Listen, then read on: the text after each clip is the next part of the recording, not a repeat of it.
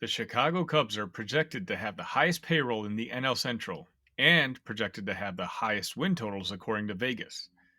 Yet there's a couple options in free agency that we're just not spending money on. Are the Cubs being cheap or are they being smart? Welcome to the first episode of the Cubs Rundown.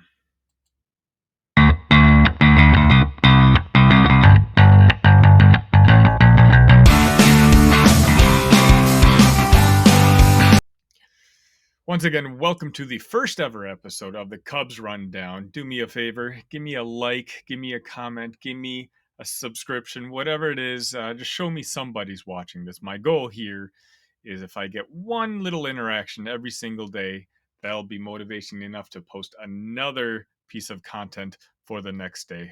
I want this to be the one-stop shop. We're not gonna get fully in depth Cubs baseball. It's maybe 10, 15, 20 minutes, depending on the news of the day. We're just going to sit back and talk Cubs baseball. You may follow me on Illini Cast. You know, I have a show called At Big Ten Show. If those are topics that you find interesting, do a search for those on YouTube. But with the off season oncoming, I really wanted to focus on a different love of mine, and that's the Chicago Cubs. I'm a former season ticket holder, and I just want to find an outlet to talk to a community, build a community, and just get to talking Cubs baseball. So, the first topic of the day, for the first topic of the episode, I wanted to talk about the Chicago Cubs and Tom Ricketts and, well, the Ricketts family in general. We're projected to have a payroll of about $220, $230 million, depending on who or what source you're looking at. And that could be anywhere from $20 to $40 million more than the St. Louis Cardinals, who are second in the NL Central. So, with recent injuries that we've had in spring training, I mean, now keep in mind, opening day is just a couple of weeks away. There's a couple options in free agency, including Blake Snell. We have obviously Jordan Montgomery, two pitchers who really could slide in well into our rotation, especially with the uncertainty ongoing with Jameson Taillon. Uh, right now, it's we have a number one and we have a number two in Kyle Hendricks, but is Hendricks really a number two right now? Montgomery could easily slide into the number two hole.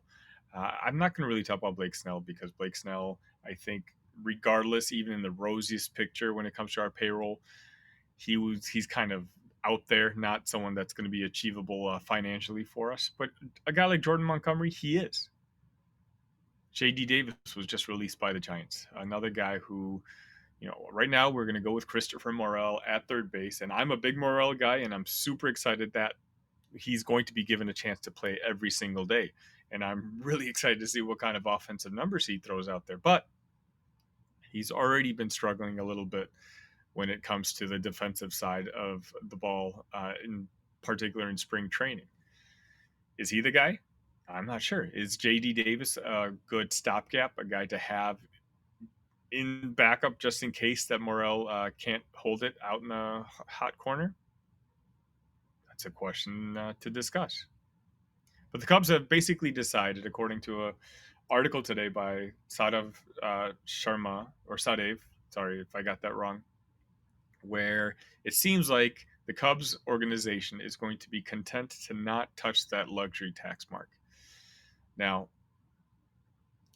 Cubs right now, again, as I said, we're about at the 7 or 8 mark when it comes to overall payrolls in Major League Baseball, which obviously isn't bad. We were in the 9-10 mark the last couple of years when we are in a very obvious rebuilding situation. But I don't think the Cubs are rebuilding anymore. We're at the point now where the Cubs are ready to contend. There's a reason we're spending money on Cody Bellinger, money on Dansby Swansby, all these type of players. We're projected to have the highest win total in the NL Central, and against it's the St. Louis Cardinals. The team is there. The team was one game away from making the playoffs last year, losing out to a team that went to the World Series. So the Cubs, I don't think anyone would say, are in a rebuilding phase anymore. So you would think that the wise move is to shore up the holes that we certainly still do have. Our team really does right now is kind of relying on a bunch of unknowns. We have first base Michael Bush. We have a bunch of the aforementioned Christopher Morel. We have a starting pitching staff, which I like, but I don't think it's great. I love Steele, and I'm really proud of him for starting opening day. But in a playoff series, do you think that we have three or four guys that you're confident throwing out there and having the edge in games one, two, three, four? I'm not there yet. So again, the question comes back to why aren't the Cubs making the moves? Are they cheap? I'm not sure they're be considered cheap. Cheap is cheap isn't signing and basically restarting the manager market when it comes to managers in baseball.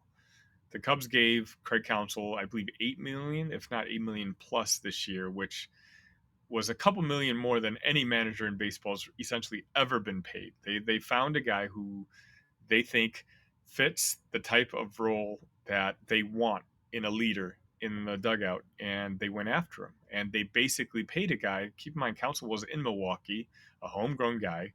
Uh, Milwaukee fans never thought he'd be leaving, but we flashed enough money to him, sorry, to have him not only reconsider, but basically join the arch rival of the Milwaukee Brewers to the chagrin of Milwaukee fans and to the delightment of us Cubs fans.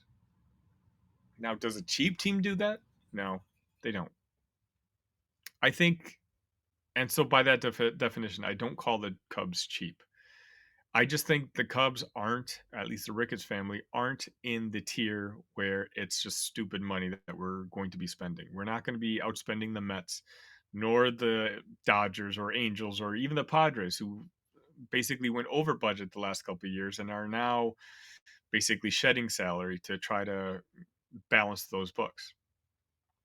I think right now the Ricketts have given Jed Hoyer instruction that, hey, look, let's stick around at this number. If you think there's a piece out there that's going to put us over the top, fine, we will pay that luxury tax. But we'd much rather not.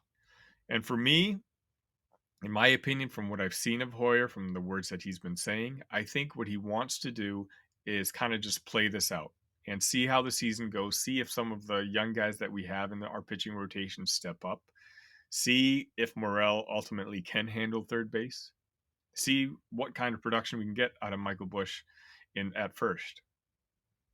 I think the fact that we're in the NL Central, where despite our unwilling to spend money, the amount of money that we spend is still substantially more than anyone that we're competing with. That includes the Cardinals, that includes the Brewers.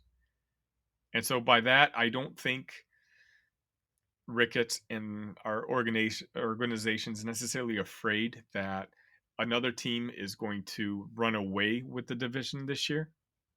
And for that reason, I think right now, a couple months into the season, once we've identified for sure, as a matter of fact, this is going to be a hole on this team. This is going to be a hole on this team. Yeah, we're going to need that second starter.